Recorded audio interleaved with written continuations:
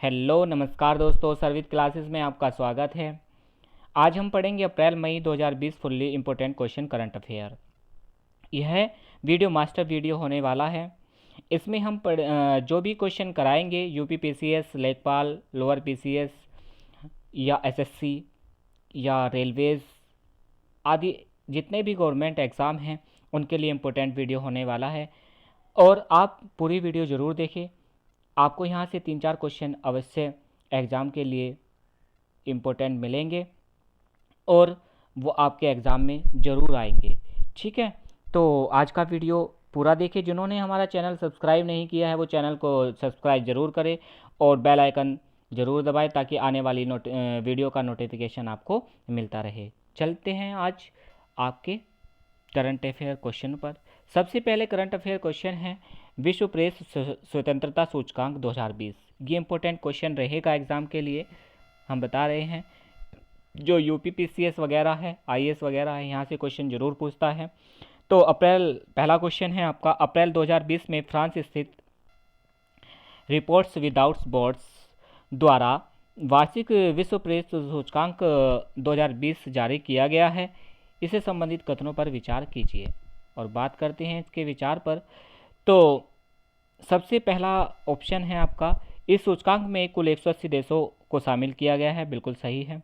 सूचकांक में नॉर्वे को शीर्ष स्थान प्राप्त किया गया है। ये भी सही है।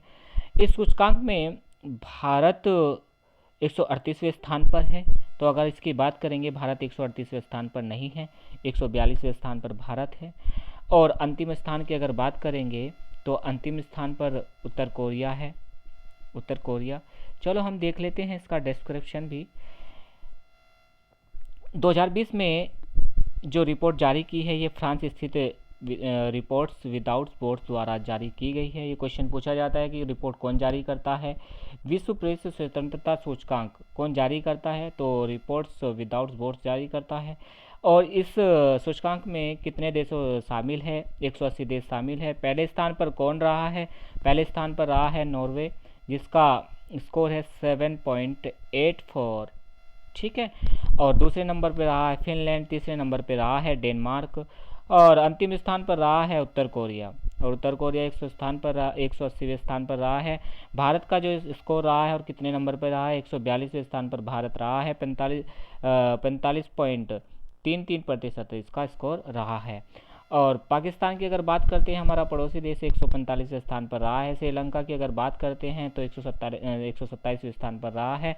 यह जो आपका संगठन है कैसे कार्य करता है? विश्व के देशों में प्रेस की स्थिति के बारे में रिपोर्ट्स विदाउट बॉर्डर्स नामक एक अंतर्राष्ट्रीय गैर सरकारी संगठन है। इसकी बात करते हैं, सरकारी संगठन है या गैर सरकारी संगठन, ये पूछ लेते हैं क्वेश्चन। तो ये गैर सरकारी संगठन है और 2002 से प्रतिवर्ष ये सूचकांक जारी किया जा रहा है। इस संगठन की अगर वकालत की बात करते हैं तो संगठन प्रेस स्वतंत्रता की वकालत करता है। इसकी स्थापना की अगर बात करते हैं तो 1985 में इसकी स्थापना हुई है। मुख्यालय कहाँ पर है? पेरिस में, फ्रांस, पेरिस जो फ्रांस की राजधानी है। संगठन का जो संयुक्त राष्ट्र का सलाहकार है या नहीं है, ये संयुक्त राष्ट्र संघ का सलाहकार भी है और ये स्थिति इसको प्रदान है। नेक्स्ट क्वेश्चन की अगर बात करते हैं, इरफान खान, ये इंपॉर्टेंट क्वेश्चन रह सकता है। तो 29 अप्रैल 2020 को प्रसिद्ध बॉलीवुड अभिनेता इरफान खान का निधन हो गया था। तो उन्हें पद्मश्री से अवॉर्डेड भी किया गया है। तो ये कब किया गया है? आप इसका आंसर दे सकते हैं। 2011 में इनको अवॉर्डेड किया गया था। ठीक है, चलो इनके बारे में भी जान लेते हैं। सबसे पहले बात करते हैं 29 अप्रैल 2020 को जो इरफान खान का जो निधन हुआ है मुंबई में हुआ है, 53 वर्ष की आयु में हुआ है। किस कारण से हुआ है? न्यूरो एंड्रोक्राइन ट्यूमर के कारण इनकी मृत्यु हुई है।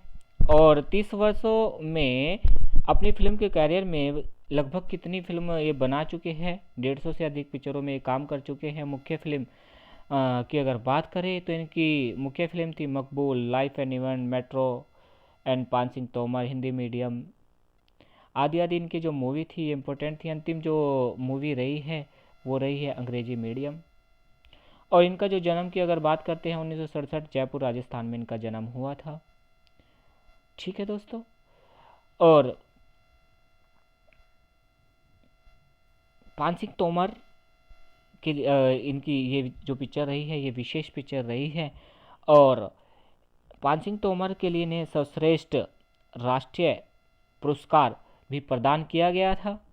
ठीक है, इनके अलावा भी इन्हें और भी पुरस्कार दिए गए हैं, और भारत सरकार द्वारा 2011 में इन्हें पद्मश्री से भी सम्मानित किया गया था। Next question, Rishi Kapoor. ऋषि कपूर 30 अप्रैल 2020 को प्रसिद्ध बॉलीवुड अभिनेता, निर्देशक एवं निर्माता ऋषि कपूर का निधन हो गया। उन्हें वर्ष 1974 में उन्हें किस फिल्म के लिए सर्वश्रेष्ठ अभिनेता का पुरस्कार प्रदान किया गया था? ये बॉबी के लिए इनको प्रदान किया गया था। और बात करते हैं 30 अप्रैल 2020 को प्रसिद्ध अभिनेता जो ऋषि कपूर थे, उनका निधन कहाँ पे हुआ है? मुंबई में हुआ है, 67 वर्ष की आयु। और इनको जो बीमारी थी वो थी बोन मैरो, कैंसर से पीड़ित थे, इस वजह से इनकी मृत्यु हो गई थी। और इनका जन्म की अगर बात करें तो 1952 के चैम्बूर, बॉम्बे में इनका जन्म हुआ था। और इनकी जो प्रमुख फिल्म थी जैसे मेरा नाम जोकर, बॉबी, लैला मजनू, अमर अकबर एंथोनी आदि इनकी पिक्चर इम्पोर्टेंट रही है, जिन्हें इन्हें बहुत ही प्रसिद्ध एक व्यक्ति बनाया है। 1999 में अब लौट चले में भी इन्होंने निर्देशन किया था, और 1974 में सर्वश्रेष्ठ अभिनेता, ये डेट पूछ सकते हैं, अभिनेता के लिए फिल्म फेयर अवार्ड से इन्हें प्रदान किया गया था। 2008 में इन्हें film fair life time achievement पुरस्कार भी दिया गया था। नेक्स्ट क्वेश्चन, एक राष्ट्र एक राशन कार्ड में शामिल राज्य केंद्र शासित प्रदेश, ये क्वेश्चन आ सकता है। कितने केंद्र शासित प्रदेश इसमें शामिल किए गए हैं? अगर अभी की बात करें तो 5 शामिल किए गए हैं। चलो, और टोटल संख्या कितनी हो गई है? 17। चलो चलते हैं। 1 मई 2020 को राष्ट्रीय पोर्टेबिलिटी योजना एक राष्ट्र एक राशन कार्ड के अंतर्गत राष्ट्रीय क्लस्टर के साथ 5 राज्यों केंद्र शासित प्रदेशों से जुड़ने से राष्ट्रीय क्लस्टर से जुड़े राज्यों केंद्र शासित प्रदेशों की संख्या कितनी हो गई है? तो 17 हो गई है। कौन कौन से इसमें जुड़े हैं 5 राज्य, उनकी भी अभी जानकारी ले लेते हैं, किसने जोड़े हैं। सबसे पहले बात करते हैं इस मामले में कौन काम करता है। केंद्रीय उपभोक्ता, खाद्य और सार्वजनिक वितरण मंत्री रामविलास पासवान ने इन्हें जोड़ा है। और कौन कौन से राज्य हैं? 5 राज्य, उत्तर प्रदेश, बिहार, पंजाब, हिमाचल प्रदेश, दादर नागर हवेली और दमन एवं दीव को जोड़ा है। टोटल संख्या कितनी हो गई है? टोटल संख्या की अगर बात करें तो 17 हो गई है। ठीक है, ये आपका क्वेश्चन बन सकता है। नेक्स्ट क्वेश्चन, मणिपुर के काले चावल, ये भी वेरी इंपॉर्टेंट क्वेश्चन है। कहाँ के काले चावल को जीआई टैग प्रदान किया गया है, इसके बारे में भी क्वेश्चन आ सकता है, तो आप बताएंगे मणिपुर। देखते हैं, 30 अप्रैल 2020 को मणिपुर काले चावल चकहाओ, गोरखपुर, टाराकोटा एवं कोविलपट्टी की कदमलाई मितई को भौगोलिक संकेत जीआई टैग प्रदान किया गया है। मणिपुर के काले चावल का रंग किस कारण है? अगर बात करते हैं काले चावल का रंग तो एंथोसाइनिन एजेंट के कारण यह काला चावल बनता है।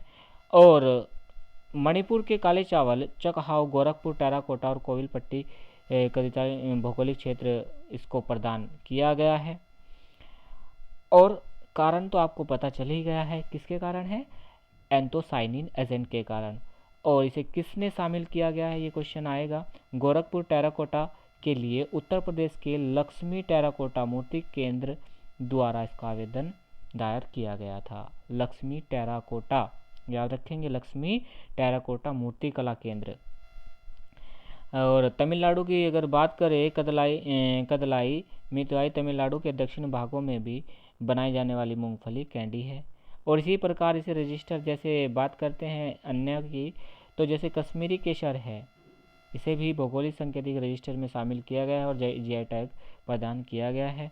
और कश्मीरी जीआई टैग का नंबर जो है 635वां प्रदान किया गया है। नेक्स्ट क्वेश्चन चलते हैं आपका, केंद्रीय कर्मियों के डीए वृद्धि पर रोक। ये कोविड-19 महामारी के चलते हुआ है। देखते हैं कब। 22 अप्रैल 2020 को केंद्र सरकार ने केंद्रीय कर्मचारियों और पेंशनरों के महंगाई भत्ते की वृद्धि पर कब तक रोक लगा दी है? ये लगा दी है आपकी जुलाई 2021 तक रोक लगा दी है। किसके कारण? कोविड-19 महामारी की वजह से राजस्व प्रबंधन के तहत केंद्रीय कर्मचारियों के महंगाई भत्ते पर रोक लगा दी है। जुलाई 2021 तक यह रहेगी और 1 जनवरी 2020 से देय डीए का भुगतान नहीं हो पाएगा। 1 जुलाई 2020 से 1 जनवरी 2021 से देय महंगाई भत्ते और राहत की अतिरिक्त किस्तों का भी भुगतान नहीं हो पाएगा। नेक्स्ट क्वेश्चन की बात करते हैं। एसटी क्षेत्रों में एसटी को 100% आरक्षण असंवैधानिक कर दिया है। वह कौन सा राज्य कौन है? अगर इस राज्य की बात करते हैं तो आंध्र प्रदेश ने यह कार्य किया है। तो उच्चतम न्यायालय ने अपने एक निर्णय में आंध्र प्रदेश राज्य में अनुसूचित जनजाति क्षेत्रों में एसटी को 100% आरक्षण को असंवैधानिक घोषित कर दिया गया है और न्यायमूर्ति अरुण मिश्रा की अगुवाई में यह कार्य किया गया है। ठीक है। उच्चतम न्यायालय ने इंदिरा साहनी के निर्णय को भी यह दोहराया है, जिसके अनुसार वही आरक्षण संवैधानिक रूप में वैध है जो 50% से आगे नहीं जाते हैं। तो किसको दोहराया है इन्होंने? इंदिरा साहनी निर्णय को दोहराया है। Next question. महामारी रोग अधिनियम 1897 में संशोधन किया गया है। इसमें कुछ संशोधन ऐसे किया गया है ताकि लोगों के ऊपर जुर्माना रख सके और उन्हें सजा भी दे सके। इसमें थोड़ा परिवर्तन किया गया है, इसकी बात करते हैं। 22 अप्रैल 2020 को केंद्रीय मंत्रिमंडल ने महामारी रोग अधिनियम 1897 में संशोधन हेतु अध्यादेश जारी लाने की मंजूरी प्रदान की है। इस अध्यादेश के तहत गंभीर चोट पहुंचाने पर दोषी को कितने वर्ष तक की कैद और 1 लाख से लेकर 5 लाख तक का जुर्माना का प्रावधान किया गया है। तो इसकी बात करते हैं तो 6 महीने से लेकर 7 वर्ष तक उसे जेल में रख सकते हैं। लेकिन इसमें भी 2 तथ्य दिए गए हैं।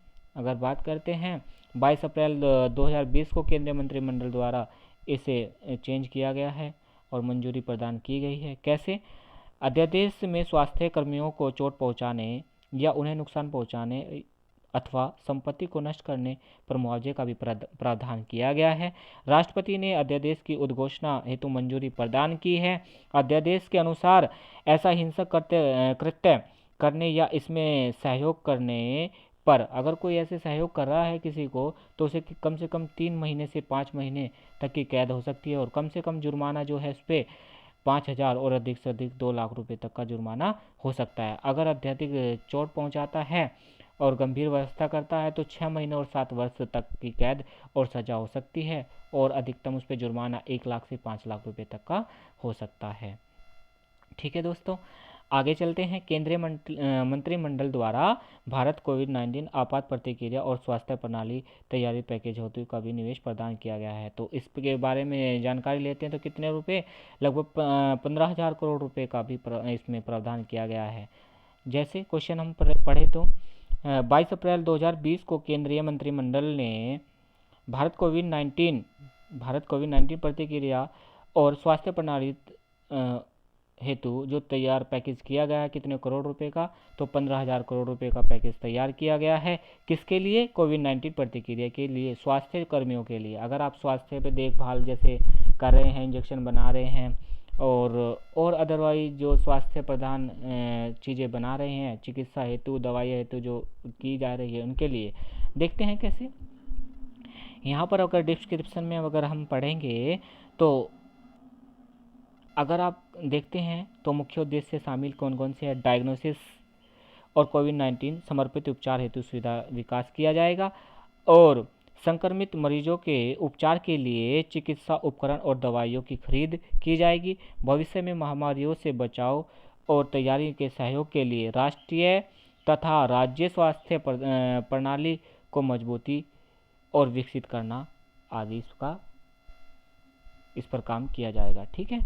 Next question. डाक कर्मचारियों हेतु क्षतिपूर्ति। जो डाक कर्मचारी है उनको क्या क्षतिपूर्ति पहुंच रही है? अगर आप ग्रामीण क्षेत्र में देखेंगे उसके ऊपर ये है। तो कोविड-19 की स्थिति के परिप्रेक्ष्य में सूचना और संचार प्रौद्योगिकी मंत्रालय ने ग्रामीण डाक सेवकों सहित सभी डाक कर्मचारियों को कर्तव्य निर्वहन के दौरान बीमारी का शिकार होने पर कोविड-19 संकट की संपत्ति क्षतिपूर्ति के रूप में कितने राशि का भुगतान करने हेतु निर्णय दिया है। तो ये निर्णय दिया है कि 15 लाख रुपए उनको प्रदान किए जाएंगे। ठीक है, ऐसे कैसे देखते हैं। कोविड-19 की स्थिति के परिप्रेक्ष्य में सूचना और प्रौद्योगिकी मंत्रालय ने घोषणा की है। सबसे पहली बात तो यही है कितने रुपए इसमें क्षतिपूर्ति के रूप में 10 लाख रुपए की राशि प्रदान की जाएगी। सॉरी, मैंने 15 लाख बोला था, ये है आपका 10 लाख। तो दिशा निर्देश शीघ्र ही प्रभावी होंगे, कोविड संकट की समाप्ति तक लागू रहेंगे और गृह मंत्रालय द्वारा डाक विभाग को अनिवार्य सेवा जो है उन्हें प्रदान की जाएगी और डाक कर्मचारियों जो ग्राहक है को मेल डिलीवरी और डाक बचत बैंक डाक जीवन बीमा देने जैसे दायित्व का भी निर्वहन कर रहे हैं। इसके अलावा घर स्थानीय राज्य प्रशासन एवं पुलिस अधिकारियों के साथ समन्वय स्थापित कर देश में कोविड-19 किट, फूड पैकेट, राशन और अनिवार्य सेवाओं आदि की डिलीवरी भी करी जा रही है। ठीक है, नेक्स्ट क्वेश्चन, टीके और दवा के लिए टास्क फोर्स का गठन किया गया है। ये जो टास्क फोर्स का गठन किया है किसने किया है? नीति आयोग के सदस्य एवं प्रधानमंत्री के वैज्ञानिक सलाहकार द्वारा यह प्रदान की गई है।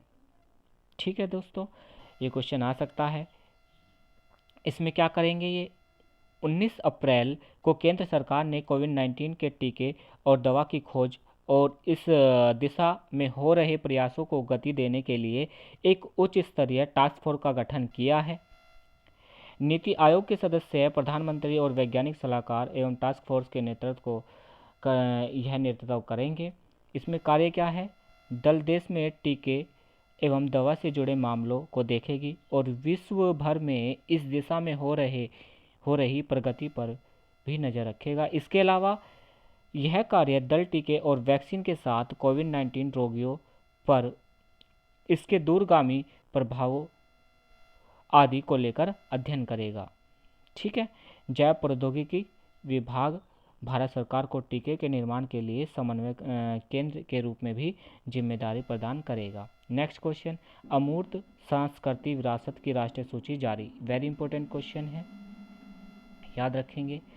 तो 18 अप्रैल 2020 को केंद्रीय संस्कृति मंत्री, क्या नाम है केंद्रीय संस्कृति मंत्री का? प्रहलाद सिंह पटेल ने नई दिल्ली में अमूर्त संस्कृति विरासत की राष्ट्रीय सूची जारी की है।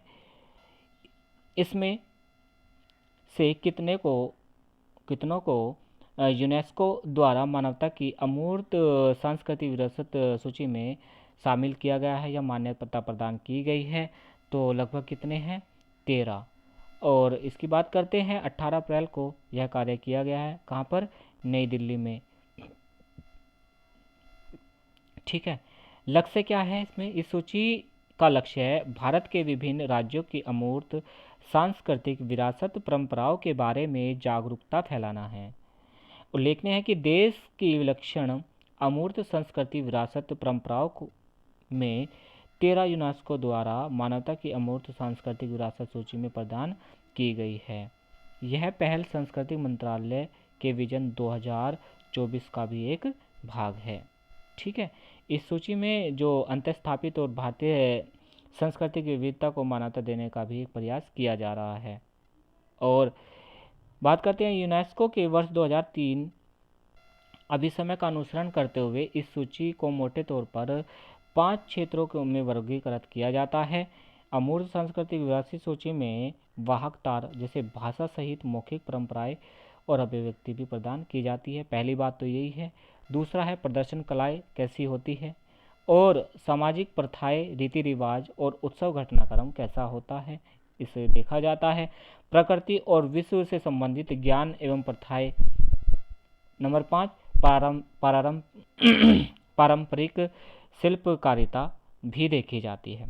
ठीक है, वर्तमान परंपराओं की अगर संस्कृति मंत्रालय द्वारा 2013 में भारत की अमूर्त सांस्कृतिक विरासत और विविध सांस्कृतिक परंपराओं का संरक्षण योजना के अंतर्गत स्वीकृत परियोजनाओं में से एकत्र किया गया है।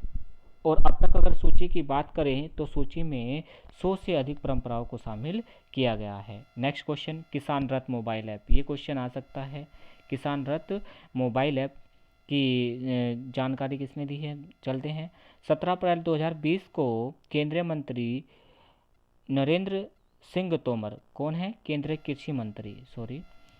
कृषि मंत्री नरेंद्र सिंह तोमर ने किसान रथ मोबाइल ऐप लॉन्च की है। इस ऐप की टैगलाइन क्या है, ये किसानों के लिए है, किसान का अपना वाहन, वेरी इंपॉर्टेंट क्वेश्चन है और ये लेखपाल में भी पूछा जा सकता है। ठीक है, किसान का अपना वाहन, तो किसने की है ये, आपके कल्याण जो आपके किसान कल्याण मंत्री है नरेंद्र सिंह तोमर जी ने। लॉकडाउन की स्थिति में यह सहायता प्रदान की गई है। ठीक है, चलिए चलते हैं नेक्स्ट क्वेश्चन। कोविड-19 महामारी की रोकथाम हेतु समेकित संशोधन दिशा निर्देश। 15 अप्रैल 2020 को गृह मंत्रालय द्वारा कोविड-19 महामारी की रोकथाम के लिए जारी समेकित संशोधन निर्देश कब तक प्रभावी होंगे, ये तो 20 अप्रैल 2020 तक, लेकिन इसको बढ़ा दिया गया है। चलते हैं नेक्स्ट क्वेश्चन पर।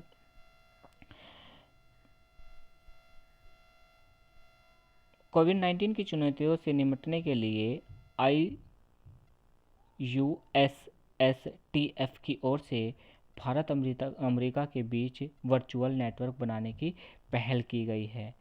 तो ये जो पहल है ये कब स्थापित हुआ था, अगर बात करें इसकी कि कोविड प्रौद्योगिकी मंत्रालय द्वारा जारी प्रेस विज्ञप्ति के अनुसार जो IUSSTF ने कोविड-19 की चुनौतियों से निपटने के लिए भारत अमेरिका के बीच वर्चुअल नेटवर्क बनाने की पहल ICTF ने कब स्थापित की थी, तो ये 2000 में की थी।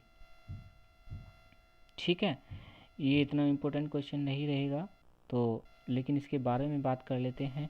गौरतलब है कि 2000 में भारत अमेरिका के बीच एक समझौते के तहत स्थापित IUSSTF दोनों देशों की सरकारों द्वारा संयुक्त राष्ट्र के रूप में वित्त पोषित एक स्वायत्त संगठन है।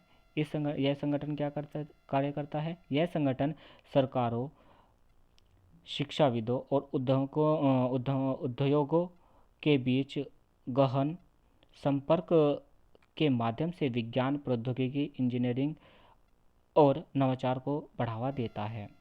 ठीक है, भारत का विज्ञान और प्रौद्योगिकी विभाग तथा अमेरिका विदेश विभाग इसकी नोडल एजेंसियां है।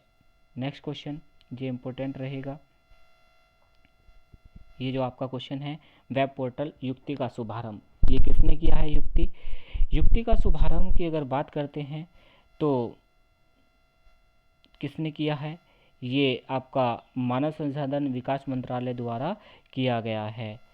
इसकी अगर फुल फॉर्म देखेंगे तो हिंदी में अगर बात करते हैं, ज्ञान प्रौद्योगिकी एवं नवोन्मेष के साथ कोविड-19 से लड़ता हुआ युवा भारत, तो young India कम्बेटिंग Covid with knowledge, technology and innovation launch किया गया है। यह एक अनूठा पोर्टल है, किसके द्वारा किया गया है, ये मानव संसाधन विकास मंत्रालय द्वारा किया गया है। इसकी निगरानी रखेगा। उद्देश्य क्या है इसका उद्देश्य है बेहद समग्र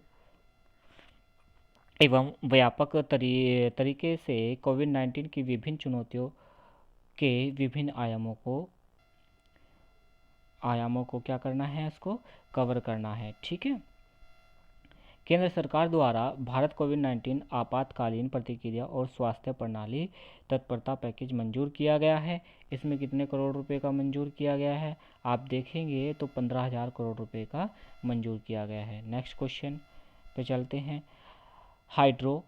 हाइड्रोक्सिन क्लोरोक्विन, वेरी इंपॉर्टेंट क्वेश्चन है। 7 अप्रैल 2020 को भारत सरकार ने हाइड्रोक्सिन क्लोरोक्विन से आंशिक प्रतिबंध हटाने सहित कितनी दवाओं के निर्यात पर प्रतिबंध लगाने को हटाने हेतु मंजूरी प्रदान की गई है।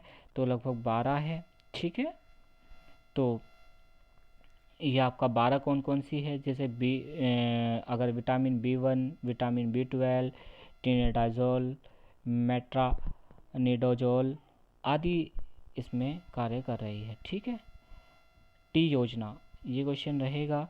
टी योजना 5T योजना, 5T प्लान है ये। अगर बात करेंगे तो 5T प्लान की अगर बात करते हैं, 7 अप्रैल 2020 को किस मुख्यमंत्री ने कोरोना वायरस कोविड-19 का मुकाबला करने हेतु 5T योजना शुरू की है? ये इम्पोर्टेंट रहेगा दोस्तों।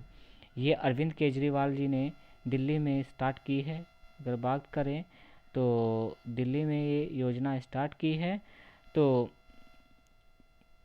अरविंद केजरीवाल ने कोविड-19 का मुकाबला करने हेतु 5T योजना शुरू की है। 5T योजना में परीक्षण जैसे T for testing, T for tracing, T for team work, T for treatment, T for tracking ये शामिल किया गया है। और परीक्षण के कार्यक्रम के तहत दिल्ली के कोरोना संक्रमित हॉटस्पॉट क्षेत्रों में 1 लाख परीक्षण किए जाएंगे। दिल्ली के वर्तमान हॉटस्पॉट क्षेत्रों में दिलशाद गार्डन और निजामुद्दीन आदि भी शामिल है। ट्रेसिंग कार्यक्रम के तहत सरकार उन लोगों की पहचान करेगी जो कोविड-19 के संपर्क में आए हुए हैं। ये कार्य ये करेगी। इंटीग्रेटेड गवर्नमेंट ऑनलाइन परीक्षण मतलब आईकोट पोर्टल। तो ये आईकोट पोर्टल किसने शुरू किया है? मानव संसाधन विकास मंत्रालय ने शुरू किया है। इसमें क्या कार्य होगा? आईकोट में केंद्र सरकार ने मानव संसाधन विकास मंत्रालय के द्वारा यह शुरू किया है। दीक्षा पोर्टल पर इंटीग्रेट गवर्नमेंट ऑनलाइन परीक्षण पोर्टल लॉन्च किया है। उद्देश्य क्या है इसका? कोविड-19 महामारी से प्रभावी ढंग से निपटने के लिए अग्रिम पंक्ति में तैनात लोगों की क्षमताओं को बढ़ाना है। ठीक है, इसमें जैसे यह परीक्षण कार्यक्रम विशेष रूप से चिकित्सकों, नर्स, अर्ध चिकित्सकों, कर्मियों, टेक्नीशियनों आदि इसमें कार्य करने किए जा रही हैं। ठीक है, नेक्स्ट क्वेश्चन। सांसद स्थानीय क्षेत्र विकास योजना 2 वर्ष के लिए स्थगित कर दी गई है। तो इसमें क्या किया जाएगा? क्वेश्चन देखते हैं। 6 अप्रैल 2020 को केंद्रीय मंत्रिमंडल ने सांसद अधिनियम 1954 के तहत सदस्यों के वेतन, भत्ते और पेंशन में कटौती हेतु अध्यादेश जारी करने की मंजूरी दे दी है। इस मंजूरी के तहत सभी सांसदों के वेतन, भत्ते और पेंशन में 1 वर्ष तक कितनी कटौती की जाएगी? कितने % की कटौती की जाएगी? तो ये है आंसर आपका 30% की कटौती की जाएगी। ठीक है, कोविड-19 के चलते। Next question. 2 अप्रैल 2020 को केंद्र सरकार ने कोरोना वायरस के दृष्टिगत इसे ट्रैक करने हेतु सार्वजनिक निजी भागीदारी से विकसित एक मोबाइल ऐप आरोग्य सेतु की शुरुआत की है। यह ऐप कितनी भाषाओं में उपलब्ध है? ये क्वेश्चन है। तो यह ऐप अगर बात करते हैं 11 भाषाओं में उपलब्ध है। 2 अप्रैल 2020 को केंद्र सरकार ने, इम्पोर्टेंट रहेगा ये क्वेश्चन, 2 अप्रैल 2020 को केंद्र सरकार ने कोरोना वायरस के दृष्टिगत हेतु ट्रैक करने हेतु एक योजना ऐप चलाई है जिसका नाम है आरोग्य सेतु। यह अत्याधुनिक ब्लूटूथ टेक्नोलॉजी, तकनीकी, गणित के सवाल हल करने के नियमों की प्रणाली और कृत्रिम जो बुद्धिमत्ता का उपयोग करते हुए दूसरों के साथ बातचीत के आधार पर उनकी कोरोना संक्रमित संबंधी निगरानी करेगा। इस ऐप के माध्यम से सरकार संक्रमित लोगों को लोकेशन ट्रैक कर सकेगी। जिनको मान लीजिए कोविड-19 हो रहा है उनको भी ट्रैक कर सकेगी। ठीक है, उसके लिए ये चलाया गया है। इसमें 11 भाषाएं इंक्लूड की गई है। ठीक है दोस्तों, next question. Standard in India portal, यह किसने लॉन्च की है? पर्यटन मंत्रालय द्वारा। पर्यटन मंत्रालय द्वारा स्टैंडर्ड इन इंडिया पोर्टल शुरू की गई है। उद्देश्य क्या है इसका? अगर उद्देश्य की बात करते हैं तो विदेशी पर्यटकों के लिए एक सहायक नेटवर्क के रूप में काम करना है। इस पोर्टल पर अपने अपने देशों से दूर भारत में फंसे विदेशी पर्यटकों के लिए विभिन्न सेवाओं से जुड़ी जानकारियाँ दी गई है। नेक्स्ट क्वेश्चन है आपका, प्रथम वर्चुअल पीटर्सबर्ग जलवायु संवाद 2020। तो यह अगर बात करते हैं, यह जो आयोजित हुआ है, इस संवाद की सह अध्यक्षता किसने की थी? बस ये क्वेश्चन रहेगा। जर्मनी और ब्रिटेन ने की थी और 2020 में आयोजित हुआ था। प्रथम वर्चुअल जलवायु संवाद पीटर्सबर्ग जलवायु का यह कौन सा सत्र था? 11वां सत्र था। अगर बात करते हैं इसमें 2010 से जलवायु से संबंधित अंतर्राष्ट्रीय विचार विमर्श और जलवायु संबंधी कार्यवाही की उन्नति पर केंद्रित रहा है, ताकि जो जलवायु है वो सुधर सके, जो चाहे वो विश्व में जो जलवायु परिवर्तन आ रहे हैं उसको सुधारने के लिए यह किया गया है। जर्मनी द्वारा यह मंच प्रदान किया गया है इस बार, ठीक है। और इस बार का जो सह अध्यक्षता की है वो जर्मनी और ब्रिटेन द्वारा की गई है। इसमें 200 की जो संख्या रही है, कितनी है शामिल रही है? वो 30 देशों की संख्या शामिल रही है, ठीक है। और हमारी तरफ से जो गए हैं वहाँ पे केंद्रीय पर्यावरण वन और जलवायु पर्यावरण मंत्री जो प्रकाश जावड़ेकर जी हैं, वो भारत का प्रतिनिधि किया था उन्होंने। लेकिन कोविड-19 महामारी से उत्पन्न हुई स्थिति और उससे उभरने के प्रयासों पर भी विचार विमर्श इस वहाँ पर किया गया था। नेक्स्ट क्वेश्चन, विश्व सैन्य खर्च प्रवृत्तियाँ रिपोर्ट 2019 की बात करते हैं तो 27 अप्रैल 2020 को सिप्री द्वारा, जो सिप्री एक संगठन है, जारी विश्व सैन्य खर्च प्रवृत्तियाँ रिपोर्ट 2019 में सैन्य खर्च के मामलों में भारत का कौन सा स्थान है? मतलब हम सैन्य जो हमारी सेनाएं हैं उन पर कितना खर्च करते हैं, इसमें विश्व में हमारा स्थान कौन सा है? तो विश्व में हमारा स्थान है तीसरा। और बात करते हैं 27 अप्रैल 2020 को सिप्री, ठीक है, द्वारा विश्व के सैन्य खर्च में जो रिपोर्ट जारी की है वो प्रकाशित करती है। कौन जारी करती है सैन्य खर्च का रिपोर्ट प्रकाशित? ये क्वेश्चन आ सकता है, सिप्री, ठीक है।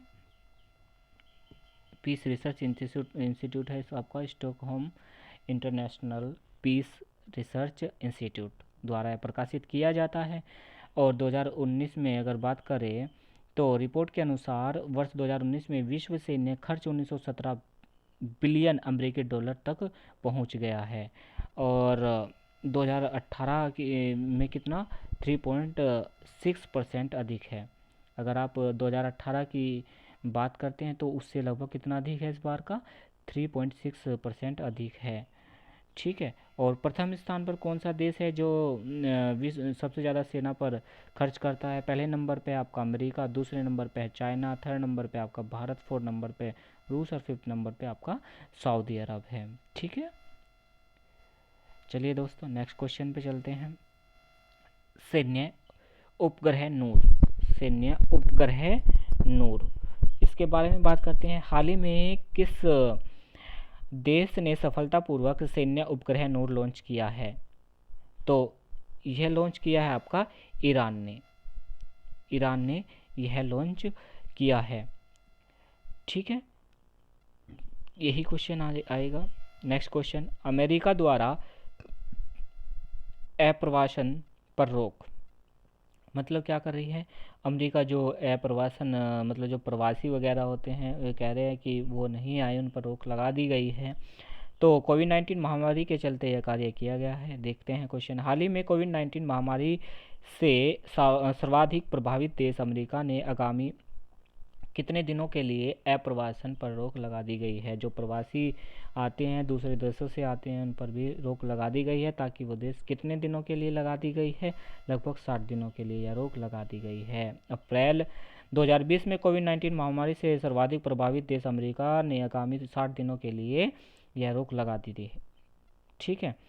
चलिए नेक्स्ट क्वेश्चन, विश्व धरोहर समिति का जो 44वां सत्र स्थगित किया गया है यूनेस्को द्वारा, वो कहाँ पर किया गया है? देखो, हाल ही में किस देश में प्रस्तावित यूनेस्को की विश्व धरोहर समिति का 44वां सत्र स्थगित हुआ है?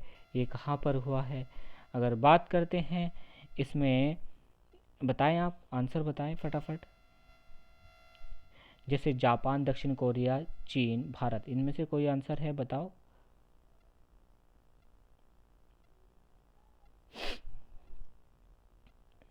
इसका आंसर आपको कमेंट में देना है, हम आपको बता रहे हैं। वैसे 29 जून में 9 जुलाई 2020 को मध्य चीन के फुजियान प्रांत में प्रस्तावित यूनेस्को की विश्व धरोहर समिति का 44वां सत्र स्थगित कर दिया गया है। तो आंसर में अगर जाएंगे आप चीन पे जाएंगे तो यह यूनेस्को द्वारा कारण क्या था? कारण यही था आपका कोविड-19 महामारी के प्रभाव के कारण यह स्थगित किया गया है। और ज्ञात है कि समिति का जो 43वां सत्र 30 जून से 10 जुलाई 2019 के मध्य बाकू अजरबैजान में हुआ था। इससे पहला जो हुआ था कहाँ पर हुआ था? अजरबैजान में हुआ था। ठीक है, नेक्स्ट क्वेश्चन, G20 के ऊर्जा मंत्रियों की विशेष वर्चुअल बैठक 2020 ये कहाँ होनी थी? देखो इसकी अध्यक्षता किसने की थी? अप्रैल 2020 को G20 के ऊर्जा मंत्रियों की विशेष वर्चुअल बैठक संपन्न हुई। किस देश में ऊर्जा मंत्री ने इस बैठक की अध्यक्षता की है? किस देश के बताओ? सऊदी अरब। सऊदी अरब की अगर बात करते हैं तो सऊदी अरब में ऊर्जा मंत्रियों की विशेष वर्चुअल बैठक संपन्न हुई थी।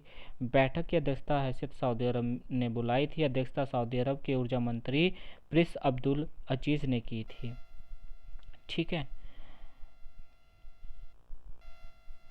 नेक्स्ट क्वेश्चन, सार्क द्वारा कोविड-19 परियोजनाओं के लिए आवंटित राशि। अप्रैल 2020 में क्वेश्चन बनता है ऐसे, सार्क विकास कोष ने अपने सदस्य देशों को कोविड-19 संबंधित परियोजनाओं के लिए कितने मिलियन डॉलर आवंटित किए हैं? कितने मिलियन डॉलर आवंटित किए हैं? 5 मिलियन डॉलर आवंटित किए गए हैं। और 2020 में सार्क विकास कोष ने विकास संबंधित परियोजनाओं के लिए यह आवंटित किया है। और यह परियोजना है SDF के सोशल विंडो थीमेटिक क्षेत्रों के तहत वित्त पोषित की जाएगी। और इसका उद्देश्य क्या है?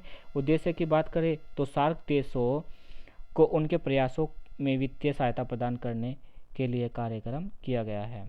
ठीक है, नेक्स्ट क्वेश्चन, COP26 का आयोजन स्थगित। तो कहाँ पर स्थगित किया गया है?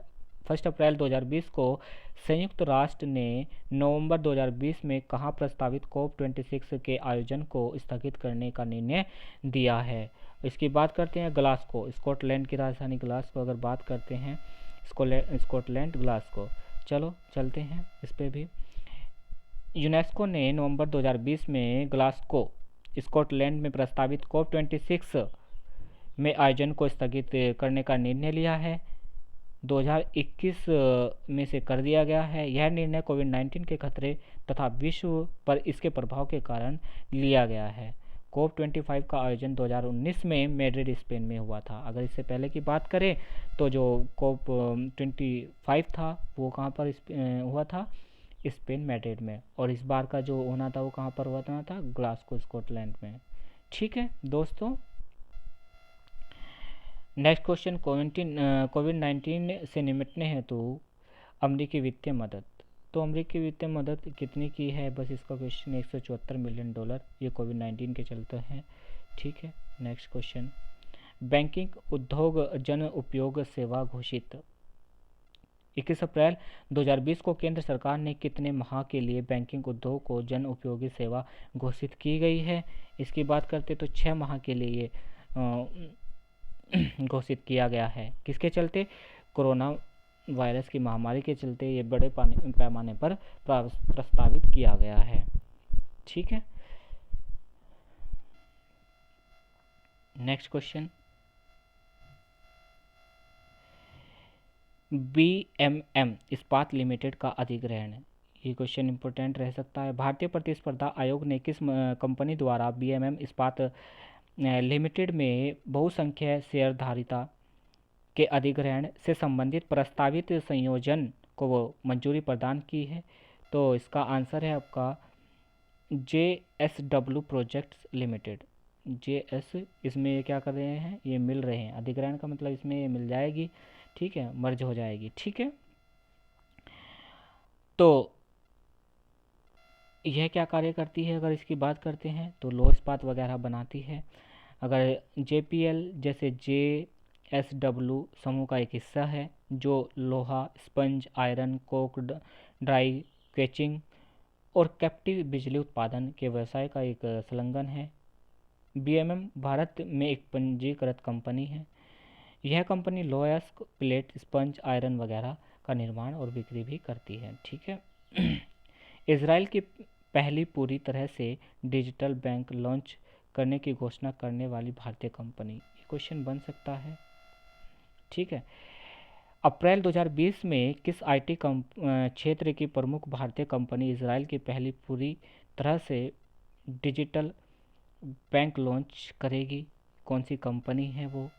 और ये कंपनी है आपकी TCS कंपनी है, भारत की एक कंपनी है, आईटी कंपनी है। 2020 में आईटी क्षेत्र की प्रमुख भारतीय company Tata consultancy services Israel की पहली पूरी तरह से डिजिटल बैंक लॉन्च करेगी। 2021 में लॉन्च करने की यह योजना बनाई गई है। ठीक है। TCS इसराइल को बैंकिंग सेवा ब्यूरो बनाने में मदद करेगा, जो banking operation platform TCS NCS global banking platform द्वारा संचालित किया जाएगा। क्या है TCS, इसके बारे में जानते हैं। यह एक यूनिवर्सल वित्तीय समाधान प्लेटफॉर्म है जो वित्तीय सेवा संसाधनों के ग्राहक अनुभव को बढ़ाने में मदद करने के लिए डिजाइन किया गया है, जो ग्राहक को उपलब्ध और नवीन तकनीकी को अपनाने में सक्षम बनाता है। ठीक है। नेक्स्ट क्वेश्चन, देश में 2020-21 के में रिकॉर्ड अनाज उत्पादन का लक्ष्य है। तो इस बार का जो अनाज उत्पादन का लक्ष्य रखा गया है भारत में, कितना रखा गया है, वेरी इंपॉर्टेंट क्वेश्चन बनने वाला है आपके एग्ज़ाम के लिए। तो ये 29 करोड़ 83 लाख टन आंकड़ा रहा है। ठीक है। इसका लक्ष्य यही रखा गया है कि कम से कम इतना 29,83,00,000 टन रखा गया है। ठीक है दोस्तों, इसमें खरीफ की फसल वगैरह भी आती है। ठीक है। रबी की फसल, खरीफ फसल आदि आदि फसलें आती हैं। ठीक है। अगर इसकी बात करें, इस दौरान अनाज उत्पादन में 63,50,000 टन में वृद्धि का अनुमान है। मंत्रालय ने खरीफ की फसल में 14,99 टन अनाज उत्पादन का लक्ष्य रखा है।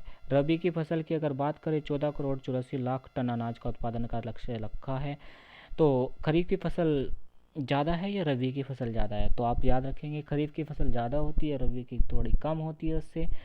और 11 इसके लिए जो इस वर्ष जो रखा है खर्च की अगर बात करें, तो 11 करोड़ 75 लाख टन धन उत्पादन का लक्ष्य रखा गया है। गेहूं उत्पादन का जो लक्ष्य रखा गया है 10 करोड़ 65 लाख टन रखा गया। आपको तो केवल मोटा मोटा ये याद रखना है, कभी ऑप्शन में भी पूछ लेता है, लेकिन ये याद रखेंगे आप टोटल कितना है, 29 करोड़ 83 लाख टन। ठीक है दोस्तों। नेक्स्ट क्वेश्चन, फेसबुक और जियो प्लेटफॉर्म्स लिमिटेड में करार क्या रहा है, देखेंगे। इन्होंने दोनों ने क्या किया है, कंपनियों ने सोशल मीडिया क्षेत्र की अमेरिकी कंपनी फेसबुक ने रिलायंस इंडस्ट्रीज समूह की जियो प्लेटफॉर्म्स लिमिटेड में कितनी हिस्सेदारी खरीदने हेतु करार किए जाने की घोषणा की है कि हम इतना रुपये से आपको खरीद लेंगे। तो कम से कम कितने प्रतिशत है, तो ये है आपकी 9.99% हिस्सेदारी खरीदने की योजना रखी गई है। ठीक है। चलिए, फेसबुक के जो संस्थापक हैं आप जानते होंगे, मार्क जुकरबर्ग जी ने ये कार्य किया है। ठीक है। नेक्स्ट क्वेश्चन, भारतीय कंपनी के अवसरवादी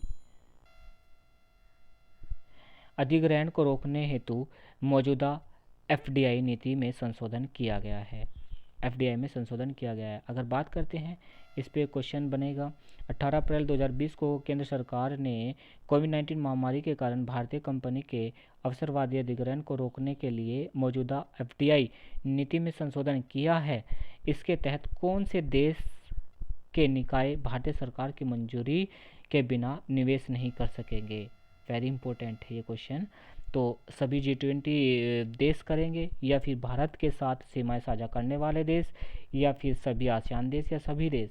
तो याद रखेंगे, जो भारत की जो के साथ जो सीमाएं साझा करने वाले देश हैं वो क्या करेंगे, उसमें वे क्या करेंगे, उन्हें निकाय भारत सरकार की मंजूरी के बिना निवेश करने की अनुमति नहीं दी जाएगी। ठीक है। ये आपका क्वेश्चन बनता है। तो कौन से जो भारत की सीमा से लगे हुए देश है, कौन से हैं आप बताएं, कमेंट में बताएंगे कि कौन कौन से देश हैं जो भारत की सीमाएं साझा करते हैं। लगभग 7 देश हैं, चलो हम बता ही देते हैं। अगर इधर से बात करें चीन, बांग्लादेश, पाकिस्तान, भूटान, नेपाल, म्यांमार और अफ़गानिस्तान। यहाँ की बात करें तो हम इसमें आपको एक कोड बताते हैं 55 BCPN MBA 55 में MBA किया, याद रखना है 55 MBA। तो B से बांग्लादेश, C से चाइना, P से पाकिस्तान, N से नेपाल, M से म्यांमार, B से भूटान और A से अफ़गानिस्तान। तो बात करते हैं बी से बांग्लादेश की अगर बात करते हैं तो सबसे ज़्यादा जो सीमा लगाने वाला देश है वो भी बांग्लादेश है, और सबसे कम जो सीमा लगती है भारत से साझा करती है वो अफ़गानिस्तान है। इस तरह भी आप इसे याद कर सकते हैं। ठीक है दोस्तों। नेक्स्ट क्वेश्चन, कोविड-19 RBI की प्रमुख घोषणाएं। RBI ने क्या किया है इस बार? रिवर्स रेपो रेट में कितने आधार अंकों की कटौती करने की घोषणा की है, और इस बार अगर आप बात करेंगे तो कितने परसेंट की कटौती की है? 0.25% की कटौती की है। किसके चलते? कोविड-19 के चलते। RBI के गवर्नर आपको पता ही होगा, शक्तिकांत दास जी हैं, उन्होंने यह निर्णय लिया है। कुछ प्रमुख घोषणा इस प्रकार भी है, जैसे रेपो रेट में कोई बदलाव नहीं किया गया है, ठीक है, और 4.40% पर स्थिर रहेगी। रिवर्स रेपो रेट में कितनी कटौती की गई है? तो 0.25% अंकों की कमी की गई है। इस पर कितने परसेंट रहेगी? 4% से कितने परसेंट पर हो जाएगी? अब ये 3.75% किया गया है। रिवर्स रेपो रेट वह दर होती है, अगर आप इसको बता देते हैं, रिवर्स रेपो रेट वह दर होती है जिस पर बैंक को उनकी ओर से RBI में जमा धन पर ब्याज मिलता है। यह बाजार में नकदी की तरलता को नियंत्रित करने का भी काम करती है। ठीक है दोस्तों, चलिए चलते हैं नेक्स्ट क्वेश्चन पर। वर्ल्ड इकोनॉमिक आउटलुक अप्रैल 2020 में जो IMF है, आप जानते ही हैं IMF इंटरनेशनल मॉनेटरी फंड, अंतर्राष्ट्रीय मुद्रा कोष द्वारा, और वर्ल्ड इकोनॉमिक आउटलुक अप्रैल 2020 के अनुसार 2020 में भारत की वृद्धि दर कितने प्रतिशत इन्होंने जो इसका आंकलन किया है? अगर बात करते हैं तो 1.9% का आकलन किया गया है। अंतर्राष्ट्रीय मुद्रा कोष IMF ने कितना ये रिपोर्ट जारी कब की है? 14 अप्रैल 2020 को। और इसके अनुसार 2020 में वैश्विक वृद्धि दर की अगर बात करते हैं तो विकास दर की 3.0% आकलन किया गया है, और 2021 में 5.8% रहने का भी अनुमान है। इस रिपोर्ट में 2020 में भारत की वृद्धि दर की अगर टोटल वृद्धि दर की बात करते हैं तो 1.9% का आंकलन किया गया है। अगर हम IMF की बात करें, इंटरनेशनल मॉनेटरी फंड, तो आप इसकी स्थापना बताएंगे, IMF का मुख्यालय बताएंगे। मेरा एक क्वेश्चन है, कमेंट में आप करेंगे कि IMF का मुख्यालय कहाँ है, इसकी स्थापना कब हुई थी और इसके फिलहाल अध्यक्ष कौन हैं, ये आप कमेंट में आंसर देंगे। ठीक है दोस्तों, नेक्स्ट क्वेश्चन, विश्व बैंक द्वारा भारत की अनुमानित GDP। तो विश्व बैंक का भी मुख्यालय आप बताएंगे और इसके अध्यक्ष कौन हैं वे भी बताएंगे। हमने को ये क्वेश्चन करा दिए हैं, अगर आप देखेंगे पिछली वीडियो तो उनमें ये क्वेश्चन हमने करा दिए हैं कि IMF का मुख्यालय कहाँ है, सब चीज़ें हम बता चुके हैं, संगठन। तो जिन्होंने हमारी वीडियो पहले नहीं देखी है वो जा कर के वीडियो ज़रूर देखिए। ठीक है दोस्तों, अप्रैल 2020 में विश्व बैंक के अनुसार कोविड-19 महामारी से प्रभावित भारत की GDP वित्त वर्ष 2020-21 के कितने प्रतिशत GDP रहने का अनुमान है? तो इसकी बात करते हैं, लगभग कितने प्रतिशत रहने का अनुमान है? 1.5 से 2.8% रहने का अनुमान है। ठीक है दोस्तों, तो ये थे आपके आज के क्वेश्चन, और इसके बाद हम फिर एक वीडियो लाएंगे और मास्टर वीडियो हम रखेंगे, और डेली जो करंट अफेयर होती है उसको हम 2-2 दिन में डिवाइडेड कर रहे हैं, 2 दिन, तो ये डेली करंट अफेयर का हमारा रहेगा। और उसके साथ साथ हम हिंदी की वीडियो भी लाने वाले हैं कि हिंदी के जो प्रैक्टिस पेपर हैं, चाहे वो लेखपाल हो, चाहे वो UPPCS हो, या वो वीडियो हो, जो भी है आपके यूपी से संबंधित रहेंगे एग्ज़ाम, उनके लिए भी और अन्य एग्ज़ामों के लिए भी हम प्रैक्टिस पेपर डालेंगे। UPPCS के लिए भी प्रैक्टिस पेपर डालेंगे। तो आप लोग चैनल पर आए और चैनल को सब्सक्राइब करें। ठीक है दोस्तों, नमस्कार।